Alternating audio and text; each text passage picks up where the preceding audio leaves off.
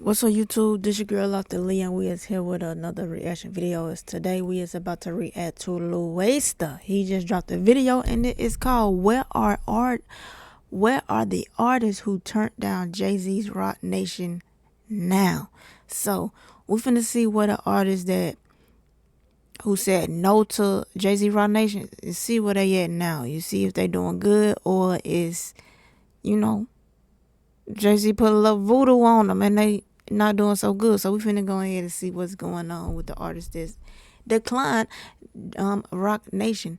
But as you guys know, Jay-Z got allegations and stuff going on with Diddy and that whole situation. And hey, y'all better leave Jay-Z alone now. Leave him alone. Don't play with him. Leave him alone. We don't got no proof. So leave him alone. Leave Jay-Z alone. Leave him out of it. That's just what I say. But with that being said, let's go ahead and get into the reaction video with Lil Wasta, man. Let's get it. Let's go. On accident. However, many people believe that reaching that level of wealth often comes with a few skeletons in the closet. Recently, the high-profile prosecution of his longtime friend Diddy has put Jay-Z's past business dealings and industry interactions under intense global scrutiny. This has led many to ask, what happened to the artist who rejected Rock Nation? And it's not just his well-documented conflicts with figures like his former partner Dame Dash or R. Kelly being brought back into the spotlight. Because now, people are looking at the amount of people who refuse to sign with Rock Nation only to see their careers falter in the aftermath.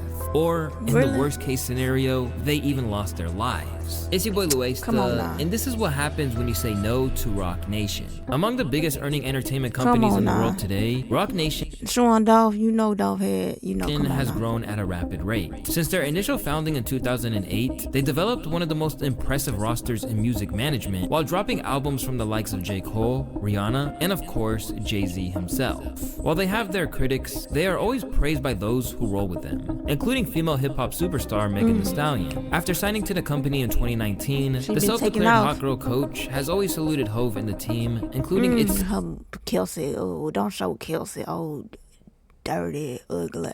I'm just playing with A. CEO, Desiree Perez. It just felt like I was in the right spot.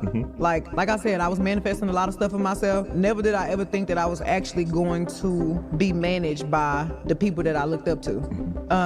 It just felt like a big family. They're just so intelligent. Like they've been through everything. They still going through it right now, but they just know how to carry it. And I'm learning from the best. I feel like I'm in the right spot. I'm in the right position. I ain't never felt so like safe in a situation where I feel like these people got my back, and I just see how much they grind and how much they hustle and how much they let all the talk and whatever else people gotta say just roll off their back. I'll call Jay or Des.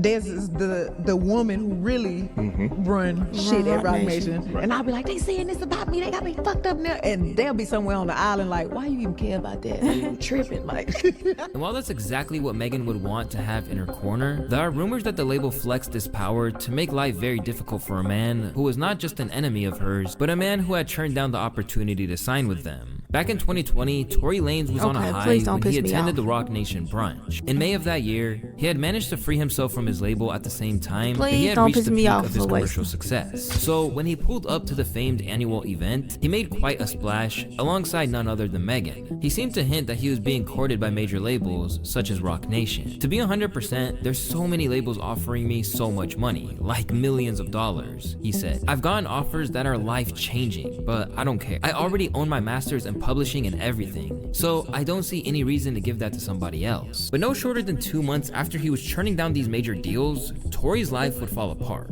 On the night of July 12th, 2020, Los Angeles why is we talking about this, bro? My gosh. Police department officers from the Hollywood division responded to a call.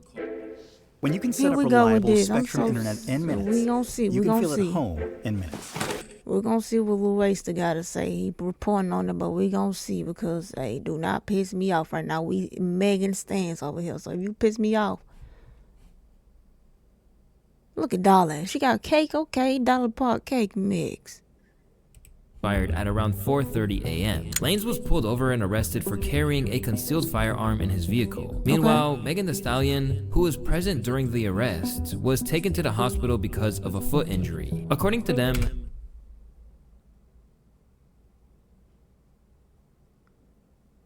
Because of a foot. What happened? What?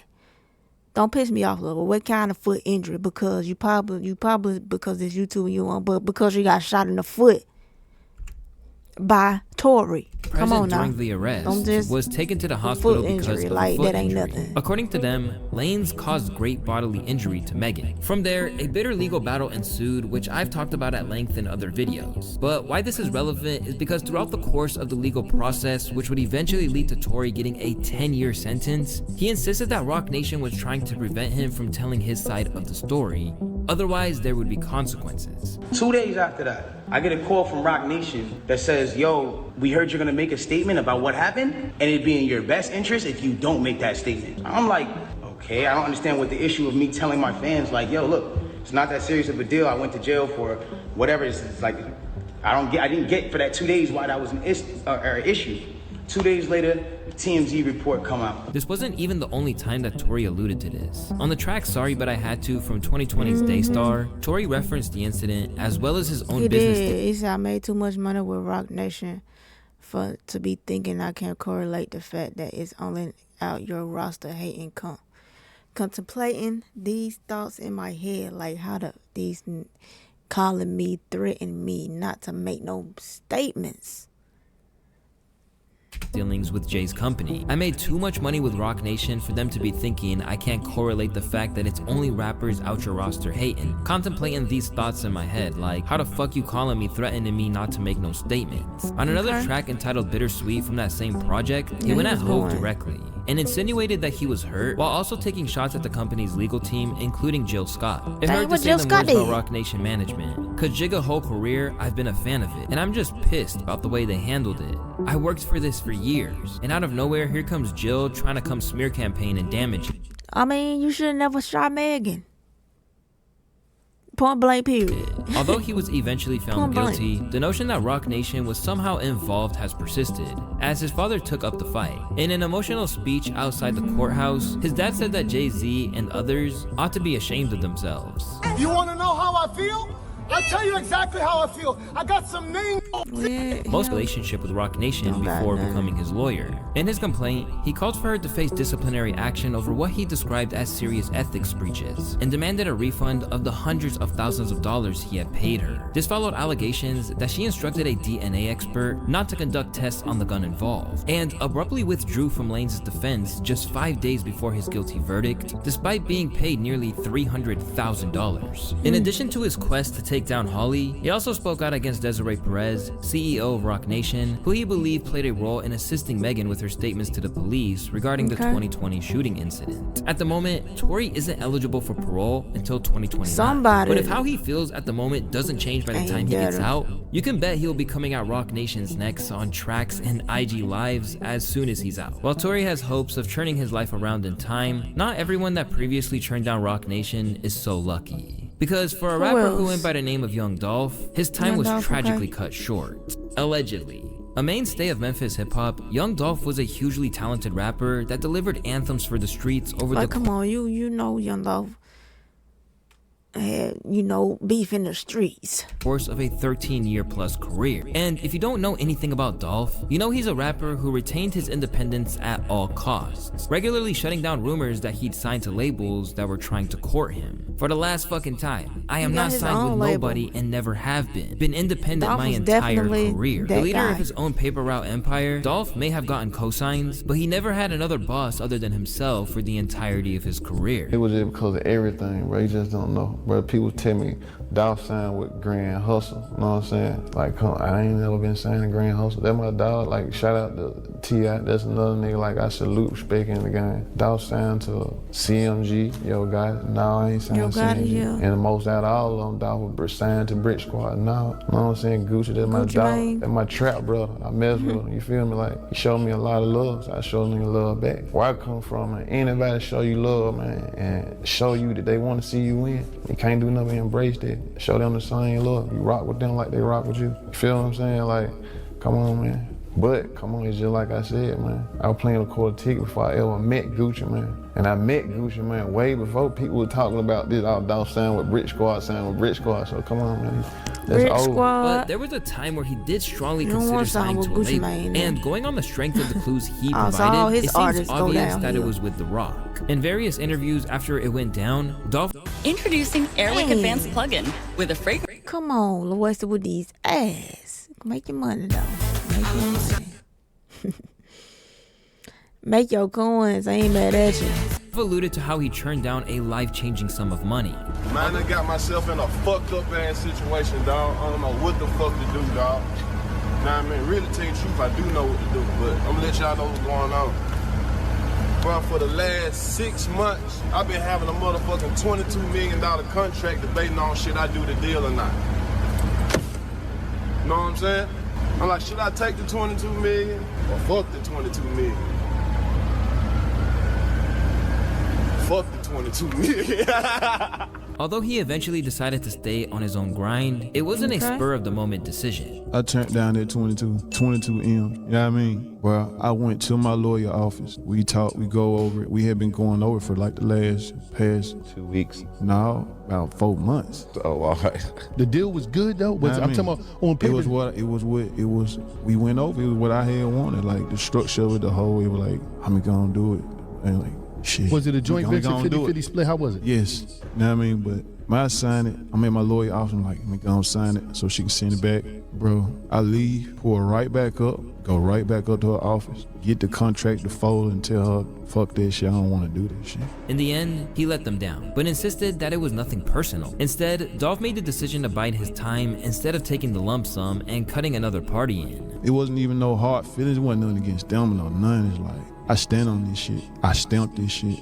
A lot of people talk this shit. I stand on this shit. You know what I mean? Okay, so you stand on it. Like, okay, 22 man, million. Dolph, what's the man, difference between you getting that 22 million at one time and you getting it over a 12-month span of time to an 18-month span of time? Right. What's the fucking difference? Right. What you finna do with it? By August of 2020, Dolph was dominating his own way. Alongside his own projects popping off and Rich Slave becoming his highest charting album by peaking at number 4, he was beginning to make his way as a real label boss with Paper Route Empire too. But this would all be brought to a tragic halt in 2021 when he was gunned down in front of a Memphis cookie shop.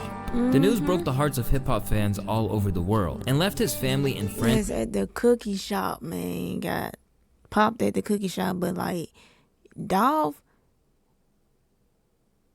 I don't know, like the cars that he drives, like you know it's Dolph because he got on wrapped in camo. He got his cars wrapped in camo, so he stood out. And they knew where he at. Because they probably see his car, oh, there go Dolph, let's go get him. And to pick up the pieces of what he was building. But what people didn't expect is that as posthumous tracks began to seep out, Dolph would actually mention his dealings with Roc Nation and his desire for a hoe feature too. Showing up, plain Jane Rolex, had a meeting with Roc Nation. But they got about 4, 5, 6 rappers over there that be hating. But I still fuck with Jigga. Tell him I got $2 million for him to do a verse, and if he don't, I still got love for him. In these bars, Dolph suggests that the reason why he didn't sign with Roc Nation is on the account of the fact that he had enemies on the roster. And now, the brother of someone who is on the Roc Nation roster, Young Dolph was an alleged hit put out by Gotti brother, has actually been cited as the man who put the hit out on Dolph, which just makes the whole thing seem to connect full circle. Again, this is not like 100% true, but it's really interesting. When defendant Cornelius Smith took to the stand to expose what really went down on the day of Dolph's killing, he provided the motive for the crime by stating that Yo Gotti's brother, Big Juke, who had since passed on too, greenlit the killing. In response, Shelby County Assistant District Attorney Paul Hagerman declared that Big Juke, the person I told you about before, the number 2 guy at CMG, he put out a hit, 100,000 to whoever kills Dolph. He met with Justin, he has met with Cornelius, and they think they're ready to do it. Considering that Dolph and Gotti were in a feud for years that could merit an entire video of its own, it's no surprise that the PRE leader felt a way about Jay standing by Gotti. But now, things look like they might get really complicated.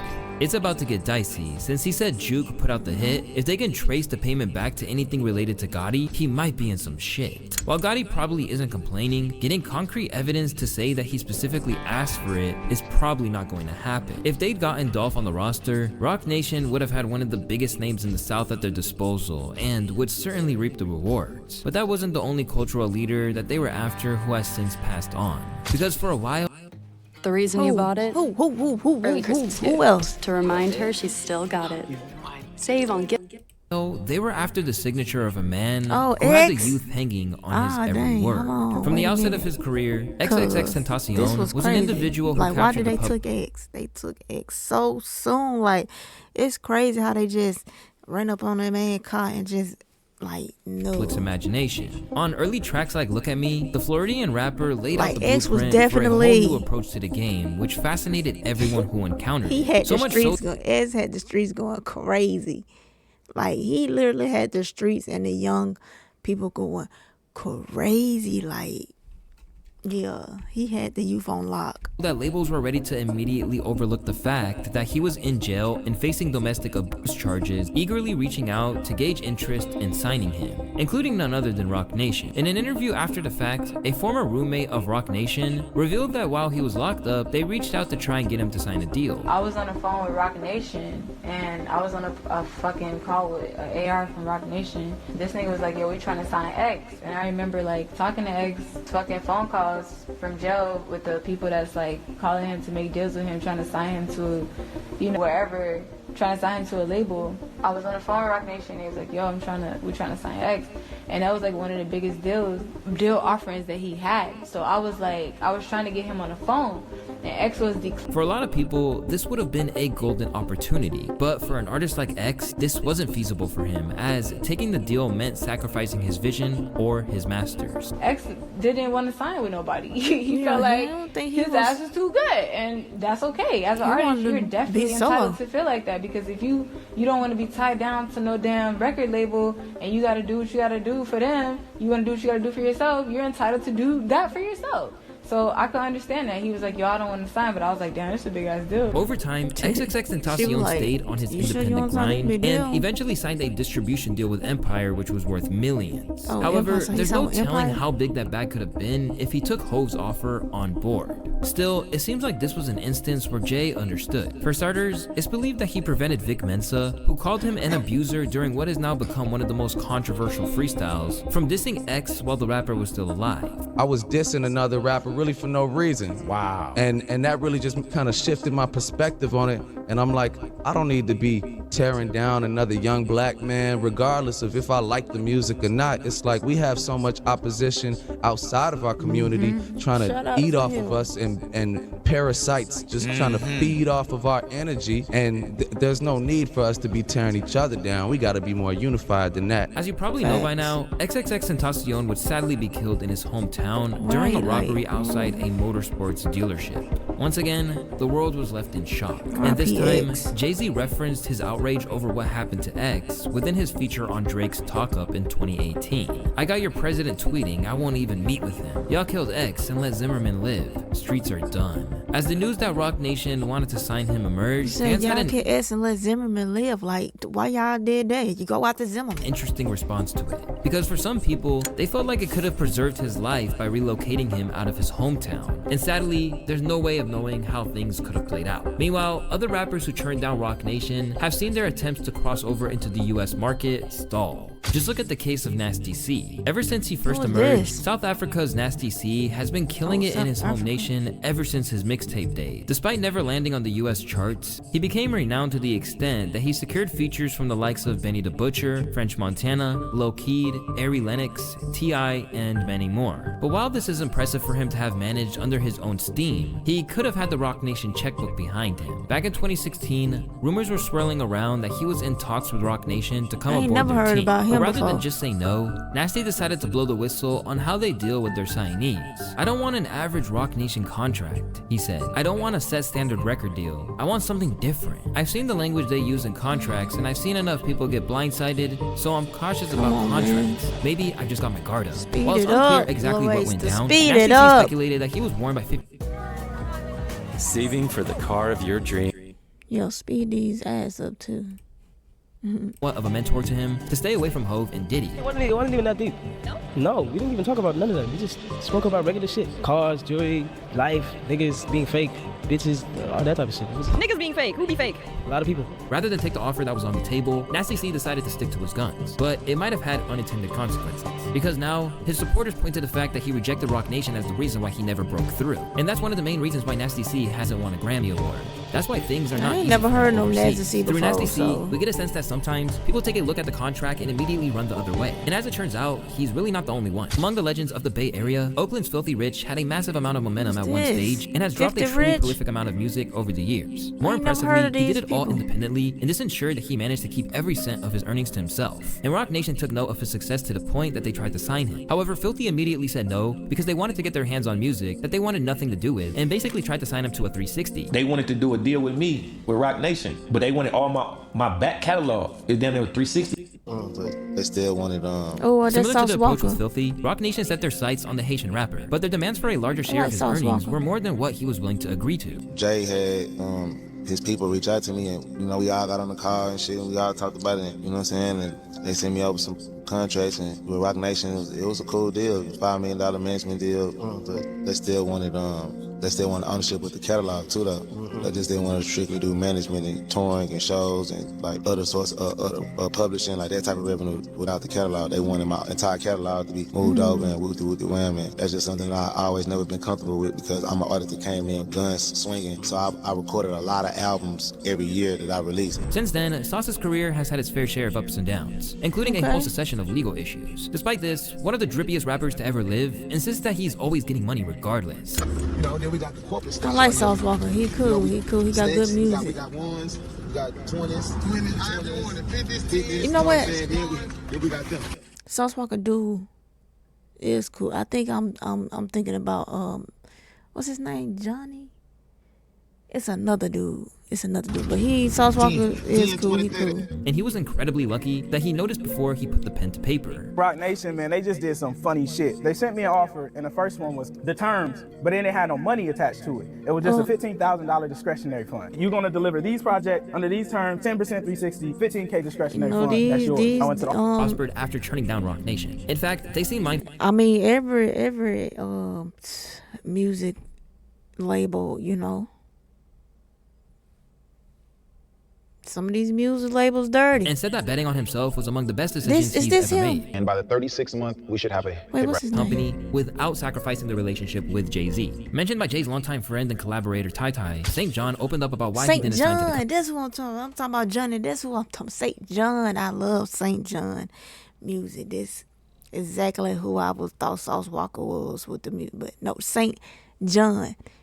His music go crazy. I love St. John. Company, and said that betting on himself was among the best decisions he's ever made. And by the 36th month, we should have a hit record, right? Based on the plan. St. John got good music. Ain't no A&R. You got to come with. You got to know it's you. So how you do business with Jay and Roc Nation now? I didn't. We ain't Why? Why? It wasn't the right thing at the right time. Y'all still talk? Yeah, we all got a great relationship. But why you don't do business with Jay? Like, I think everybody that you got a great relationship with ain't somebody you got to do business with. That's true. You don't got to do business with him. Timing is the most important thing.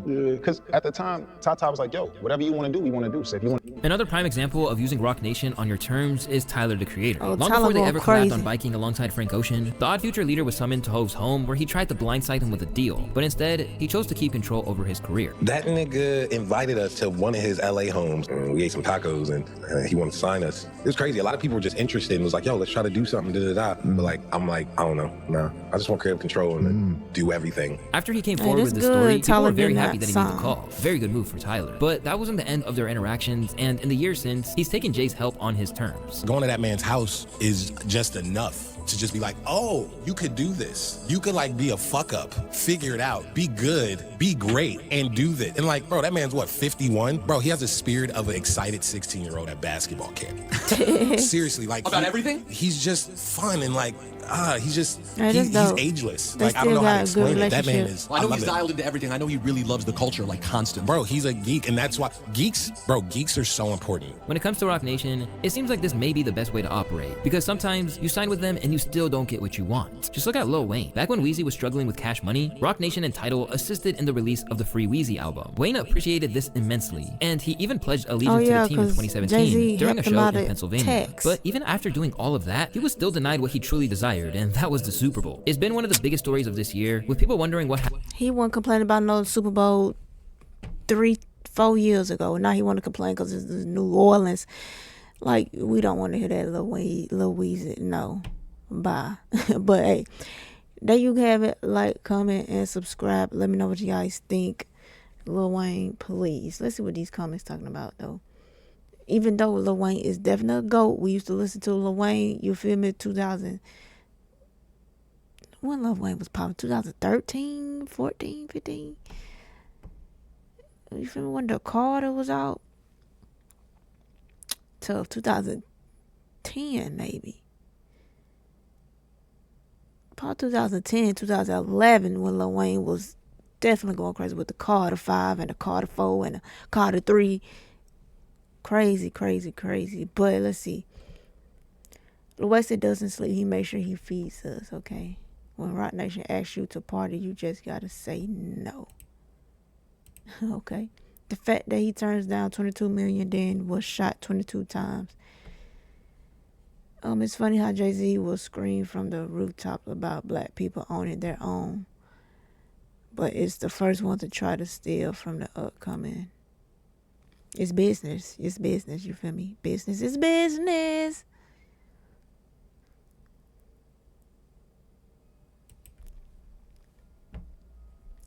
The sad part was that Nasty C was doing so well here at home, and Rock Nation did. Well, he should have stayed away. He ain't no business. I don't think there's any artists here in the artists who rejected Jay-Z were ahead of their time. But yo, like, comment, subscribe. Let me know what you guys think, and I will catch you guys in the next video. Till then, leave Jay-Z alone. Leave him alone now. Leave that man alone. Peace.